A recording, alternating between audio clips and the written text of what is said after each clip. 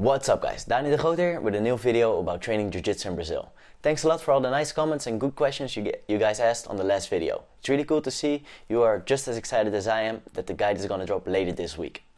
So as most of you guys know by now, I've been going to Brazil since 2015. I came in as the weird gringo guy, didn't know what to wear, didn't know how to behave, didn't speak any Portuguese, but now I'm teaching classes in one of Brazil's best gyms. I've made a lot of friends in Brazil, my Portuguese is almost fluent, and I even became a Brazilian champion. Now I've written a guide for BJJ practitioners that want to go to Brazil to live that Jiu-Jitsu lifestyle. That way you can plan the perfect trip and you won't have to make the mistakes that I made. It's gonna save you a lot of embarrassment, a lot of money, and you're gonna have way more fun because of it. In this video I'm gonna sit down with my friend Brandon. He just came back from Brazil and he tested out my guide in practice. So we sat down in a local competition and he shared some of his experiences. Check it out. Had an amazing time, good food, very nice women, and very good training as well. I tried to. I went there with carnival, so was more partying than training, but I tried to go. And I went to the old school gringo place. Really nice people, speak English, hard training, a lot of rounds, very strict, more different than here, but mainly there was a lot more respect for the teacher. As well as the teacher would pick the guys that had to train together, you know. It's a little bit more rigid, not so free as we train here, but still it's nice to hear the old school stories about Helio and about all the old school guys from there, so really nice experience for sure. No, very nice, very inviting, invited me to their place, I stayed at one guy's place as well. Really cool, always giving me advice on where to eat or where to go. Really friendly people, yeah, for sure. Of course, acai. Any secret spot? I have a place, but I don't quite remember the name. I think it was Ataraca. I'll put it in the... Yeah, put it in the link. Right. Really delicious acai, like old school acai, no syrup. Much different taste than the sweet stuff, you know.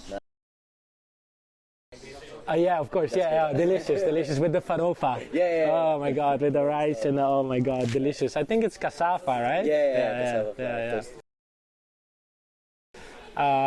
They put like the best guys with me, but I survived. So, but they were nice overall. They didn't like try to really smash me or anything. No.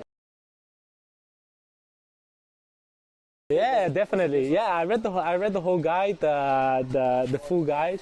And I found a couple of places where to eat, where to train, and also how to not lose my phone.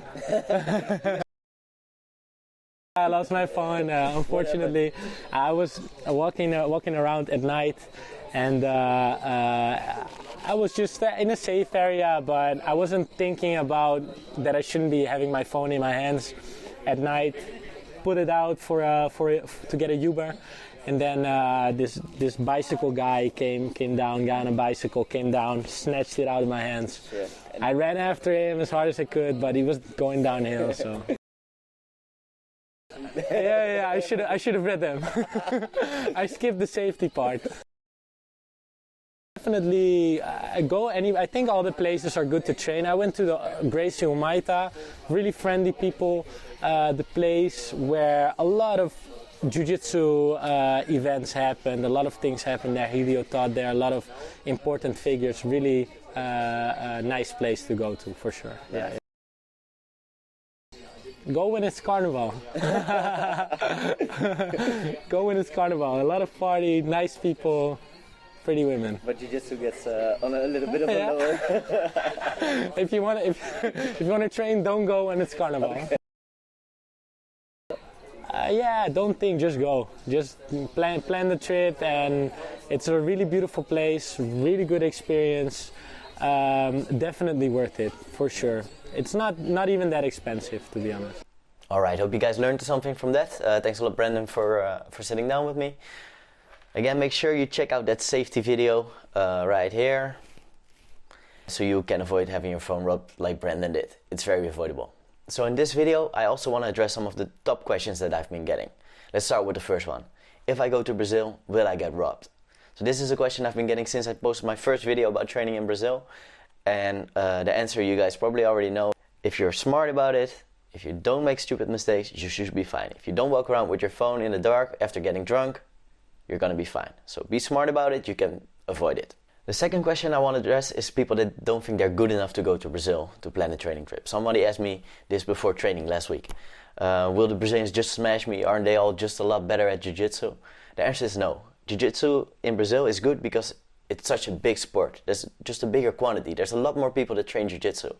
That means there's a lot more high-level competitors and coaches, but there's also a lot more recreational white and blue belts that have full-time jobs and families. So you won't just get beaten up by high-level competitors. There's also people with your own experience level. As always, when you go to a new gym, people will be happy to test you out. They want to try to see your jiu-jitsu. But when you start training in a gym more often, people will really be really happy to help you out, help you on and off the mats, improve, teach you about Brazilian culture, bring you to cool places. So don't worry about that.